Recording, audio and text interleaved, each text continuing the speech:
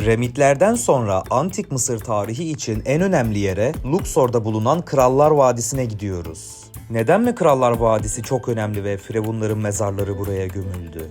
Milattan önce 2600 yıllarda inşa edilen piramitlerin yapımından yaklaşık 1000 yıl sonra Mısırlılar hırsızlar tarafından piramitlerin yağmalandığını ve hayatını kaybetmiş kralların hazinelerinin nasıl çalındığını çok iyi gördüler.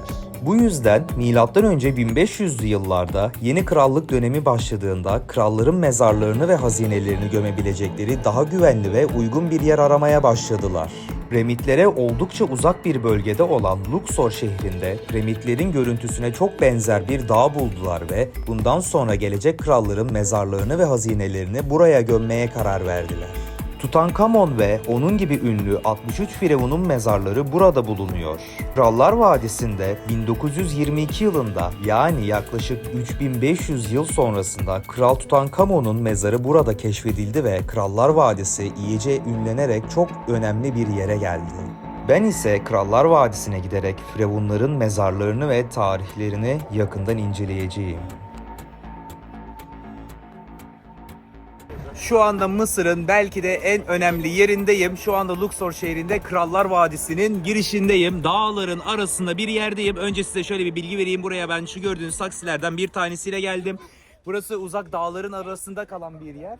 Ve ben buraya taksiyle gelirken 350 Mısır pounduna bir taksiyle geliş ve dönüş olarak anlaştım. Ve aynı zamanda buraya getirdi ve diğer bölgelere de götürecek, gezdirecek bize. Hepsini de videoda size göstereceğim ve Krallar Vadisi gezimiz şimdi başlıyor. Girişine geldiğimizde ise burada önce bir çarşı bizi karşılıyor. Burada esnaf var. Hello. Burada hediyelik eşyalar falan, klasik turistik aktivitelerin olduğu yerler. Burayı hemen pas geçiyorum ve Krallar Vadisi'nin içine girip Mısır'ın tarihini en iyi bir şekilde anlayabileceğimiz bir yere geldik. Bütün firavunların, bütün kralların, kraliçelerin gömüldüğü mezarları burada beraber bugün bu videoda keşfedeceğiz. Selamun aleyküm. Aleykümselam Türkiye. Türkiye. Welcome Türkiye. Thank you. Welcome Türkiye. Habibi. Habibi ya nurul ayn ya şagil hayali. Your voice is so Osman, good. Osman Ertuğrul Gazi. Uran. Welcome. Abimizin enerji süper. Welcome. I like your energy. Thank you. Very good bro. Nice Thank to meet you. Nice to meet you too. How good time for you? Thank you my My friend. shop maybe want something will come back. Okay, return. My name Mustafa. Okay Mustafa, nice to Okay, meet I you. wait What's your name you? Mert. Mert. I wait you Mert. Okay, bye bye Mustafa. Bye. Giriş yeri ve bilet alma yeri burası. Krallar Vadisi gördüğünüz gibi ıssız dağların arasında kalan bir yer. Telefon bile burada neredeyse hiç çekmiyor. Biletimizi satın aldık. Krallar Vadisi'nin giriş ücreti tam için 600 Mısır poundu. Öğrenciyseniz de tamamen yarı fiyatına 300 Mısır pounduna girebiliyorsunuz. Bölgeye giriş ücreti.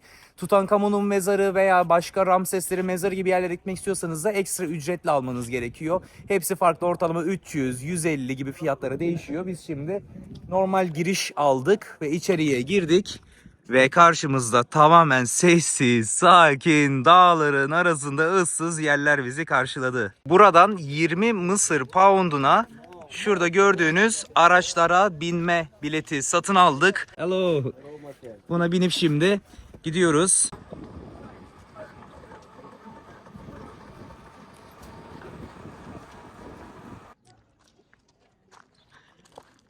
Şu an nereye gideceğimizin kararını veremedik. Başımıza dehşet güneş geçti. Her yerde farklı bir mezar yerleri var. Hangilerine gireceğiz, çıkacağız bilemiyoruz. Ve şu an böyle bir açık kapı bulduk. Burada Ramseslerden birinin mezarının içerisine geldik. Bilet gösteriyoruz. Şöyle bir biletimiz var dostlar. Bu bilette yanlış anlamadıysam bu girişteki adam 3 tane yere girebilirsiniz dedi.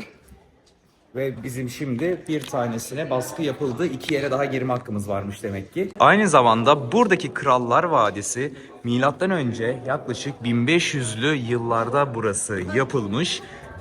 Yani buranın aslında amacı şu şekilde olmuş. Kahire'de biliyorsunuz piramitler var. Piramitler yaklaşık milattan önce 2600'lü yıllarda yapılmıştı. Bu Krallar Vadisi ise milattan önce 1500-1600'lü yıllarda yapılmış, yaklaşık 1000 yıl sonrasında ve burasının yapılma amacı ise vefat eden firavunların mezarlarını gelip buralarda gömmüşler. Zaten örneğin şu ileride 9. Ramses'in mezarı varmış ve Tutankamon gibi firavunlar buraya gömülmüş ve neden mi buraya gömmüşler? İşte dediğim gibi burası 1000 yıl sonrasında yapıldığı için piramitlerden piramit yapmak istememişler ve çağ olarak yeni antik çağ olarak geçiyor ve yeni antik çağda yaşayan Mısırlılar yeni piramitler yapmak istememişler. Yeni piramitler yapmak yerine buradaki dağ, az önce size gösterdiğim, o zamanlarda üçgen bir şeklinde piramitlere benziyormuş ve onun için piramit yapmak istememişler ve bu piramite benzeyen dağı kazarak, içine girerek mezar olarak buraları yapmışlar ve buradaki Krallar Vadisi'nin mantığı bu. Şimdi Ramses'in mezarına gidiyoruz. Gitmek için buradan atlamamız gerekiyor.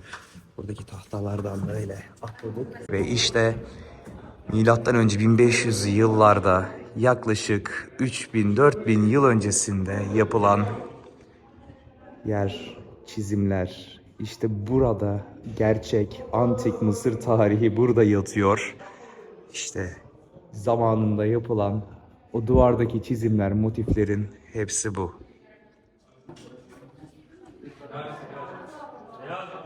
Burası ise ünlü Tutankamon'un mezarının olduğu yer. Peki Tutankamon'u ünlü ve ilginç yapan şey ne? Öncelikle kendisi M.Ö. 1341 ile 1323 yılları arasında yaşadı.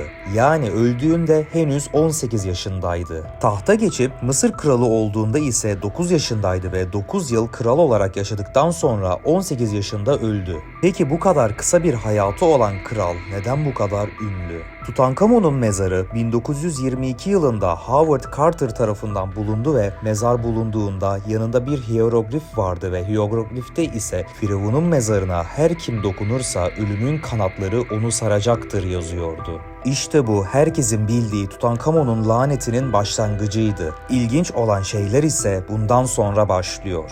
Mezarlığın bulunmasından birkaç hafta sonra kazıların finansal desteğini sağlayan İngiliz lordu Carnarvon kan zehirlenmesi yaşayarak vefat etti.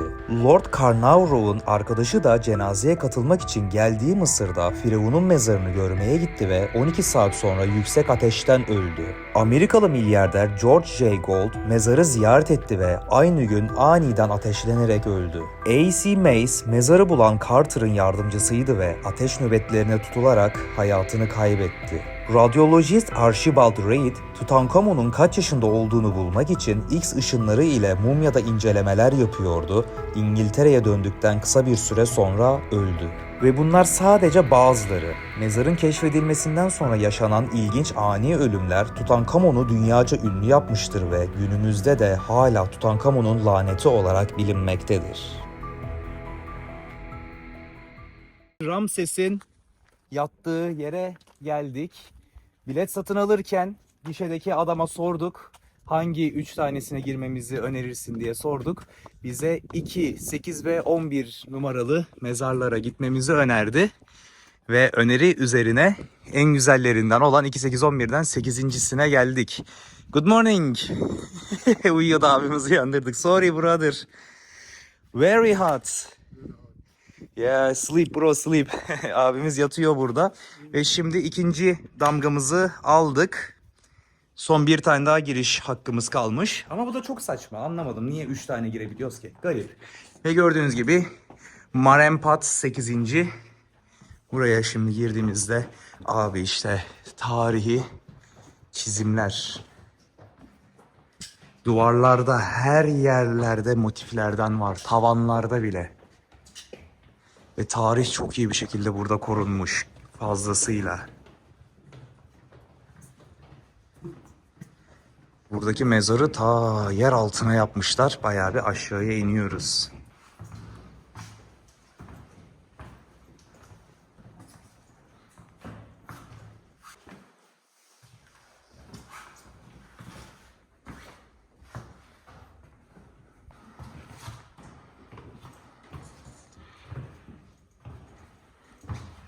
Mert Aktaş favorim ya, harika bir gezgin, bizi de gezdiriyor kendiyle beraber.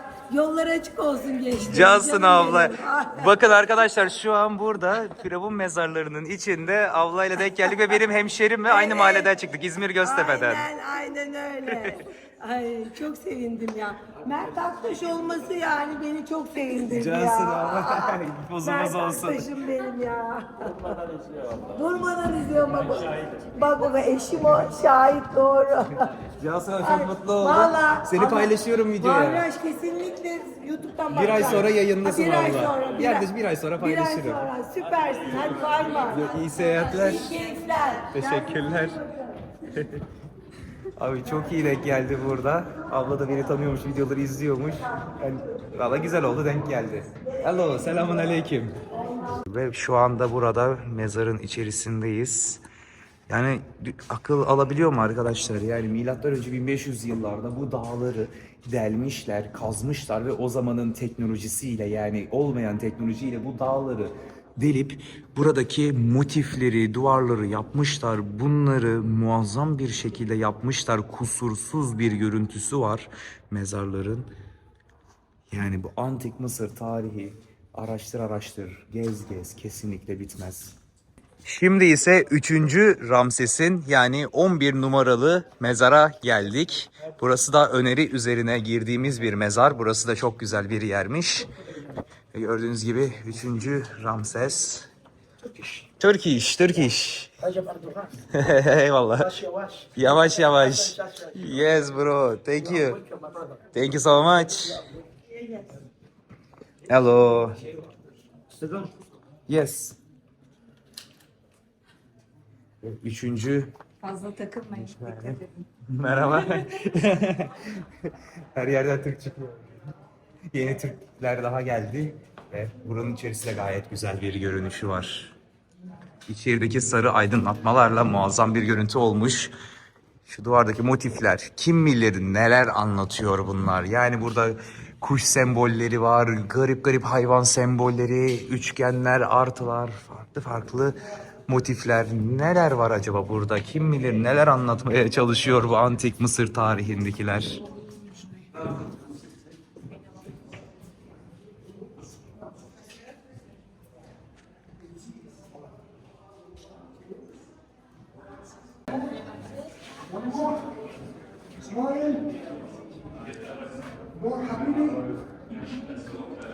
Gerçekten yani tüylerim diken diken. Oldukça heyecanlıyım burada. Krallar Vadisi'ne kesinlikle gelmelisiniz. Bu 11. mezar numara olarak gerçekten en iyilerden. Bu mezara ben de fazlasıyla bayıldım. Her tarafımızda ekstra motifler var.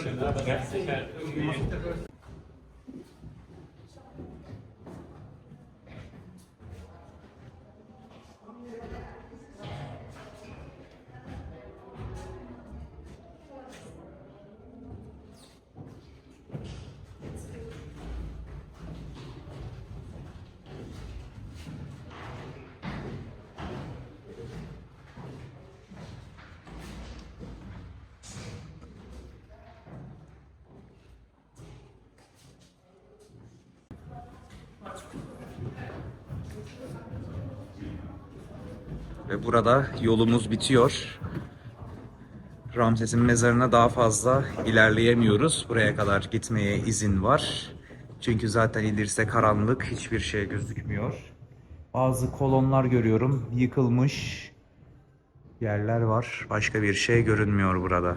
Şimdi ise Krallar Vadisi'nden çıktık. Hatshepsut'a gidiyoruz. Çok önemli bir yer. Tarihi, Hatshepsut'un kim olduğu, her şey muazzam. Ve şimdi oraya gidiyoruz. Hazırladığımız taksi burada. Hello my friends. Ve bu taksiyi biz 350 Mısır pound'una ayarladık. Şehir merkezinden buraya geldik. Buradaki Krallar Vadisi'nden Hatshepsut'a götürecek ve istediğimiz başka yerlere de götürecek, her yere. Ve en sonunda da şehire de geri dönüş. Çünkü şehire buradan sadece yolculuk, direkt gidiş 30 dakika.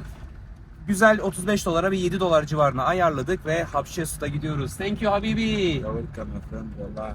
Welcome.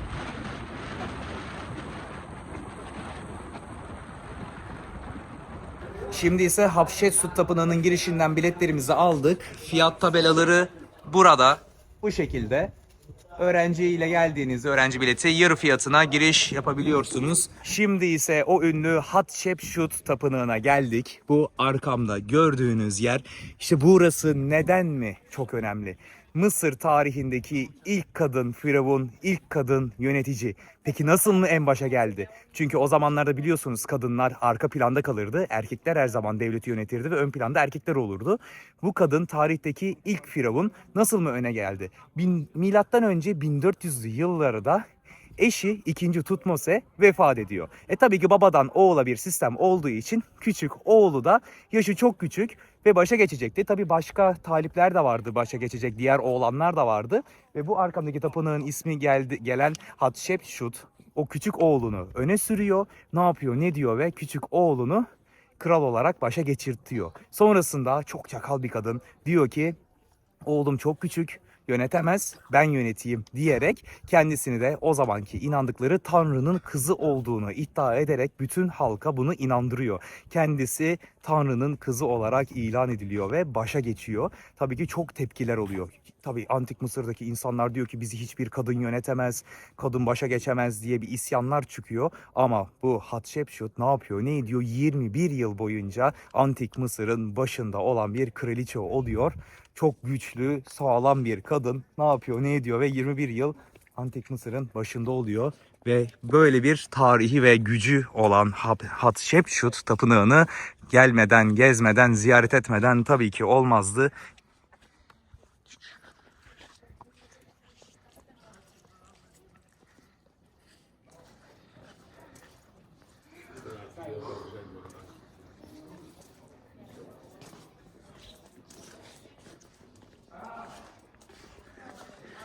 İşte içeriye geldik. Çok fazla sıcak. Fena fena yakıyor bu sıcak şu an. Ve içeriye girdiğimizdeki yine aynı şekilde manzaralar her yerde. Gördüğünüz gibi duvarlardaki eski antik Mısır'dan kalma çizimler, mimariler, her şey burada. Tabii birçoğu zarar görmüş. Gördüğünüz gibi yıkılanlar var. Karşı taraftaki firavun heykellerinin kafaları yok. Şimdi Hatshepsut Tapınağı'nın tam olduğu ana yere, önemli bölgeye girişimizi yapıyoruz şimdi. İşte asıl yer burası. İçeri girdiğimizde bayağı farklı bir yer bizi karşılıyor. Yine aynı şekilde duvarlarda birçok duvar motifleri mevcut. Don't touch. Buraya girdiğimizde 2 tane Bedevi abimiz burada bekliyor. Selamünaleyküm. How are you? Hatshepsut grave is here. Hatshepsut is here. But no entry. You know? Okay, thank you. Buraya kadar gelebileceğimi söyledi. Daha fazlasına gidemiyoruz. İşte tarihteki ilk kadın firavunun mezarı burada. Abimiz şu içeride olduğunu söylüyor. Şuradan zoom yaptığımızda en fazla bu kadar görüyoruz. Şu abimize yandan gösteriyor. Bu kişinin Hatshepsut olduğu söyleniyor. Ve fark ettiyseniz bakın burada sakalı var. Ve burada da kendisi var. Burada sakalsız bir şekilde kadın firavunun çizimi var. Burada ise sakallı bir şekilde duruyor. Bunun nedeni ise thank you. Nedeni ise sakallı olmasının, çünkü uzun yıllar öncesinde biliyorsunuz söylemiştim. Başa geçtiğinde kadın olduğu için başa geçmesine isyan etmişlerdi, istemiyorlardı. O yüzden insanlar duvarlara Hatshepsut'un çizimlerini yaparlarken kadın olmasın diye sakallı bir şekilde yapmışlar. Yani bir utanç kaynağı olarak düşünmüşler kendilerine. Ve Hatshepsut'un da gezisini burada bu kadar görebiliyoruz. Ve buradan şimdi artık dışarıya çıkıyoruz.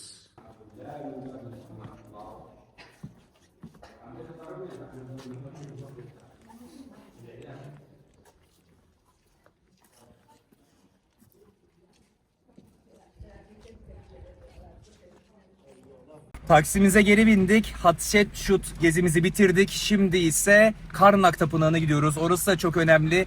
Zamanla yarışıyoruz. Saat şu an öğlen 3.30. Karnak Tapınağı'nda bilet satışları 4'te bitiyor. Gezi ise saat 5'te bitiyor. Zaten buradan gidişimiz yarım saat sürecek. Hızlı gideceğiz taksiyle, ucu ucuna saat 4'te giriş biletini satın aldık mı gezmek için son bir saatimiz kalacak. Ve Karnak Tapınağı'nı şimdi gezeceğiz. Çok önemli bir yer orası da.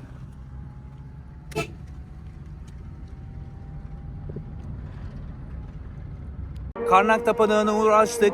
Giriş ücretleri ise burada yazıyor. Normal giriş 450, öğrenciyseniz 230. Karnak Tapınağı'nın içerisine girdik. Bu arkamda gördüğünüz yer giriş kısmı ama sadece bu kadar bir alan değil. Bu Karnak Tapınağı çok büyük. Hatta yazılan yazılara göre Mısır'da piramitlerden sonraki en çok turist giden ve ikinci ziyaret edilen yer bu arkamdaki Karnak Tapınağı'ymış. Burası inanılmaz büyük bir alan. Buranın büyük olmasının ve sebebi ne mi? Öncelikle bu arkamdaki Karnak Tapınağı'nın yapımı 2000 yıldan daha uzun sürmüş. Yani çok uzun süren bir inşaat var burada. Neden mi 2000 yıldan daha uzun sürmüş? Çünkü biliyorsunuz Firavunlar döneminde de krallar her zaman babadan oğula bir şekilde oluyordu. Ve Firavun olan kişi her zaman geliyormuş. Burada kendisinden bir önceki Firavun kendisi için bu bölgede Karnak'ta neler yaptırdıysa, örneğin buradaki gördüğünüz şeyler olabilir, şuradaki surlar olabilir. Bir önceki Firavun ne yaptıysa daha fazlasını, daha büyüğünü kendisi buraya yaptırıyormuş. O ölünce onun oğlu geliyor. Bu sefer de o da ondan önceki Firavun'un babasının neler yaptıysa fazlasını yaptırıyormuş ve 2000 yıldan uzun süre boyunca her sonraki gelen Firavun bir üstünü, daha büyüğünü yaptıra bu Karnak Tapınağı inanılmaz büyük bir yer kaplıyor ve her Firavun'a daha üstünü yaptırdığı için burada çok büyük yapıtlar fazlasıyla mevcut. Yani o yüzden bu Karnak Tapınağı bu yüzden çok önemli. Hemen hemen gelmiş geçmiş her firavunun izlerine burada rastlayabiliyoruz. Herkesin burada bir izi var ve bu Karnak Tapınağı'nın şu an girişindeyiz. Bakalım bu surların arkasında bizi neler karşılayacak.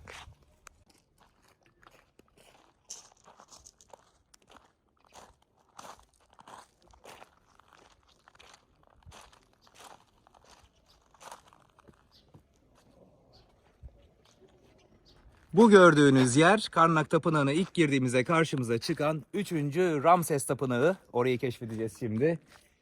Bakalım 3. Ramses kendi dönemindeyken Karnak Tapınağı içerisinde kendine neler yaptırmış. Vallahi arkadaşlar söylenecek söz gerçekten yok. Çok güzel değil mi? Yani taşlar burada Karnak Tapınağı'nın özelliklerinden birisi ise burada taşları daha çok böyle kabartma sistemiyle değil daha çok kazma sistemiyle yapmışlar. Çünkü diğer tapınaklarda kabartmalı oymalar da çok görüyorduk. Burada sadece kazma olarak yapılmış ve kazı yapılarak işte bunları binlerce yıl öncesinde yapmayı başarmışlar. Yani bu Karnak Tapınağı içerisinde gelmiş geçmiş bütün firavunların izlerini burada rahatça fazlasıyla görüyoruz. Ramses'in yaptıkları yerler ise bunlar. Bir de 3. Ramses'ten daha fazlasını yapan firavunların yaptıklarını düşünün. Neler neler var burada, nasıl motifler. Şurada içeride bazı kapılar da var. Acaba bu kapılar nerelere açılıyor? Hadi sağdan bir gidelim. Burası bayağı karanlık bir yere çıktık. Nereye geldik biz böyle? Yukarısı açık. Orada bir cam yapmışlar. İleriyi göremiyorum. Daha gidiyor mu gitmiyor mu anlamadım da. Bayağı bir karanlık. Bir diğer kapıya bakalım. İçerisi bayağı bir zindan gibi. Ama hiçbir şey yok. Zifiri karanlık bir oda. Ve sonu boş. Buranın da yukarısı bu şekilde. Burası ise 3. Ramses'in odası. Burası. İçeriye girelim. İçerisi bu şekilde.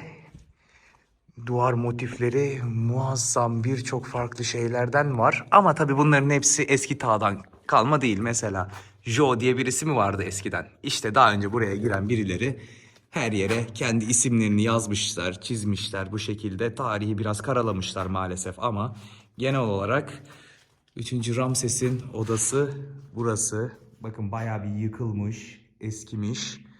Bayağı biraz zarar görmüş ama hala tarih ayakta.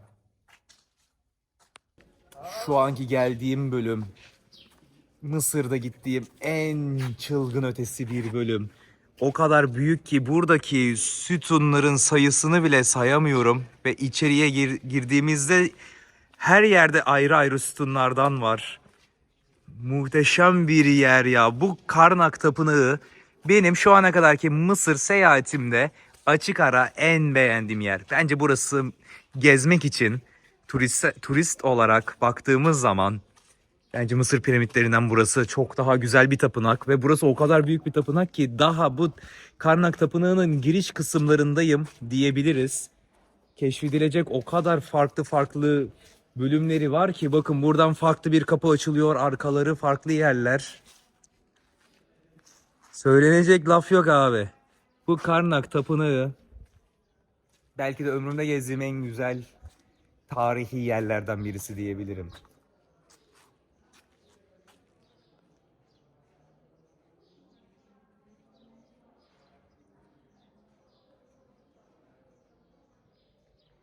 Bu Karnak Tapınağı'nı gezdikçe bitiremiyoruz. İnanılmaz büyük.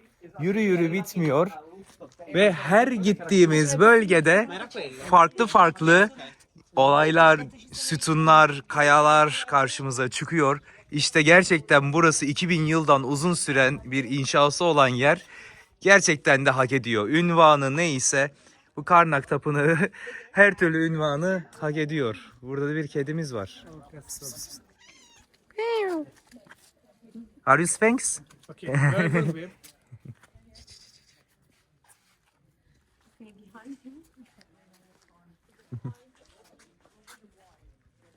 Bakın burada da bir firavun heykeli var ama kafası yok. Muhtemelen yağmalandı ve çalındı. Çünkü buralarda çok fazla yağmacılık, hırsızlık olayları olmuş. Hazineler, birçok şey.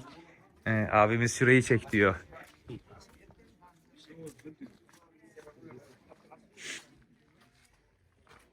Abimiz buraya gel dedi. İçerisi de bir enteresanmış. Okay, thank you. Burada bir dikili taş var. Whose is this? Panorama Oblex Hatshepsut. No, which king? Which king? Yeah, Ramses or Amun. Amun. Amun-Ra. Amora. Yeah. Amora'nın bir dikili taşı varmış burada. İlginç. Have a look at Hatshepsut this way. No, I go to my friend. Hatshepsut. Thank you, thank you. Welcome. Burada da bayağı motifler var. Çıkalım abi. Çünkü siz de buraya gelirseniz buradaki çalışan kişilerle çok fazla muhatap olmamaya çalışın. Her şey için para istiyorlar. Kesinlikle her şeye para istiyorlar. Hatta az önce ilk girdiğim Ramses Tapınağı'ndaki adama artık çıkabilmek için 50 Mısır pound'u vermek zorunda kaldım. Gittiğim her yerde kime selam versek ben sana şu bilgiyi verdim, ben sana şunu yaptım, ben sana eşlik ettim, bana para ver diyorlar. Peşinde bırakmıyorlar. Artık insanlara bahşiş para dağıtmaktan her gün rahat bir 10 dolar ila 20 dolar aralığında neredeyse bahşiş dağıtıyoruz. Siz de buraya geldiğinizde çok muhatap olmamaya çalışın. Birisine selam verdiyseniz elbet ki para vermek zorunda kalıyorsunuz. Ve oradan bu şekilde kaçtım. Bence Mısır'daki gezilecek en güzel yerlerden birisi. Fotoğraf, video çekilmek için de aynı şekilde net en güzel yer. Ve sizlere Luxor'daki gezilecek her yeri bu videoda göstermeye çalıştım. Umarım videoyu beğenmişsinizdir. O zaman diğer Mısır videolarında görüşmek üzere.